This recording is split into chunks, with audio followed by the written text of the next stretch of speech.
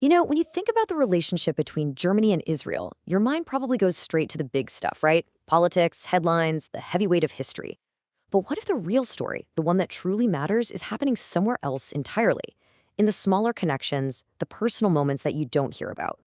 So let's get into it. Let's peel back those layers and see what's really going on. All right, let's just start with something that might feel a bit jarring. This quote from author Attila Terry. He says, the topic is simply completely irrelevant to the vast majority of Germans. Whoa, I mean, that's pretty blunt, isn't it? He's suggesting that for your average German, the lives and concerns of Jewish people and Israelis are about as close to home as a sack of rice falling over in Beijing. It's a really challenging idea to start with, but it forces us to look past the official story. So that just begs the question, doesn't it? If that indifference is real, even just a little bit, how on earth do you build a real connection? How do you move from, political handshakes to actual, genuine understanding between people? Well, that's exactly what we're going to try and figure out. Okay, so where do we even begin to overcome that kind of apathy? Well, it turns out the answer might be pretty simple, actually. It starts small, like really small. We're talking person by person. Forget the governments for a second. This is about people just meeting other people.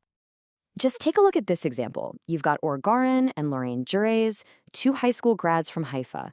They traveled to Bremen in Germany, not as some official delegation, but just as themselves. They sat down with German students and talked about their life, their plans, their worries. And the key thing here was the deep mutual respect they showed each other. That's it. That's where the real dialogue starts, face to face, one story at a time. And look, that story, it's not a one-off. This kind of thing is happening all over the place in so many different ways. You've got scientists working together, schools partnering up, even entire cities officially twinning with each other, like Memmingen and Kiryat Shimona. It all adds up, All these little threads of connection, they weave together to create something really strong, a real fabric of friendship. So you have these one-on-one connections, and they start to ripple outwards, creating this bigger conversation. And that brings us to our next layer, culture. I think this is a really cool way to look at it. On one side, you have the official stuff, right? Government programs, formal agreements, all very important, very top down. But then you've got this other thing, cultural diplomacy, and that's totally different. It's grassroots. It's not planned in a boardroom. It's fueled by people who share a passion for something, whether that's art, books, or, believe it or not, even wine. And yeah, I'm serious about the wine. Check out this Twin Wineries project. It's brilliant. German and Israeli winemakers team up, they hold tastings together, and they just connect over their shared craft. It's amazing how something as simple as enjoying a good glass of wine can actually build bridges and spark real communication between people. But, we can't talk about any of this, the friendships, the culture, without getting to the heart of the matter, the history. Understanding this relationship means you have to understand the past. And that means education through remembrance is absolutely central to the whole story. There's this really important German concept you have to know, Staatsräson. It translates to reason of state. And for Germany, this is huge. It means their commitment to Israel's security and its right to exist isn't just a political choice. It's woven into the very fabric of their national identity, born directly out of the responsibility they feel for the Shoah. And that responsibility isn't just some abstract idea. It's built on real human stories. You see the desperate hope in things like the Kinder Transport, which saved kids like Ruth Barnett. Then you feel the absolute heartbreak of the Exodus 1947, a ship packed with Holocaust survivors that was literally turned away from Haifa. And finally, you see the fulfillment of a 2,000-year-old dream, the founding of the State of Israel, a home, at last, for those who had endured the unimaginable. And this detail just gets me every single time. Imagine being an official and seeing a passport where the birthplace is listed as on way to Israel. Can you even wrap your head around that? That one little line says everything. It captures the entire struggle of a people without a place whose very identity was the journey toward finding a home. It just shows you this history isn't just dates and facts. It's made up of millions of these incredibly personal, powerful stories. Okay, but it's so important to understand that this relationship is not stuck in the past. Far from it. So let's shift gears and look at the incredibly vibrant and modern partnership that's happening right now, today.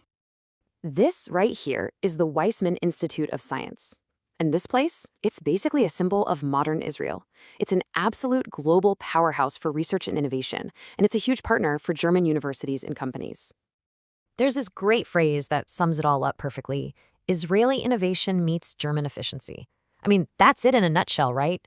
You've got Israel, this incredible hub for high tech and a world famous startup culture, meeting Germany with its legendary engineering and industrial strength. You put those two together, and wow, that is a powerful team. And this partnership is deep. We're talking joint research programs between top tier places like the University of Bonn and the Weizmann Institute.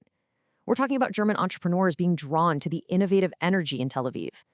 So, this is a relationship that's really being built not just on a shared history, but on a shared vision for the future.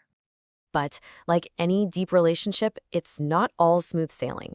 If you want to build a bridge to the future, you also have to be really honest about the obstacles that are standing in the way right now. Because for all the amazing connections we've talked about, the sources we're looking at are also very clear that there are some serious hurdles that complicate things. So, what are they? What's getting in the way? Well, one of the big challenges discussed in our source material is the BDS movement. Now, the sources describe this as a campaign that goes beyond legitimate criticism. They state that its language echoes the old Nazi slogan, "Don't buy from Jews," and that its ultimate goal, according to its own leaders, is the dismantling of the Jewish state. This brings up a really tough but important question. When does criticism of Israeli policy cross a line into something darker? Well, the linguist Professor Monika Schwartz-Friesel offers a clear framework. She calls it Israel-related anti-Semitism and says it has three classic features.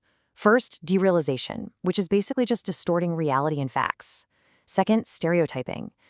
Taking old, ugly tropes about Jews and just applying them to the state of Israel. And third, delegitimization, denying Israel's basic right to exist, a standard not applied to any other country.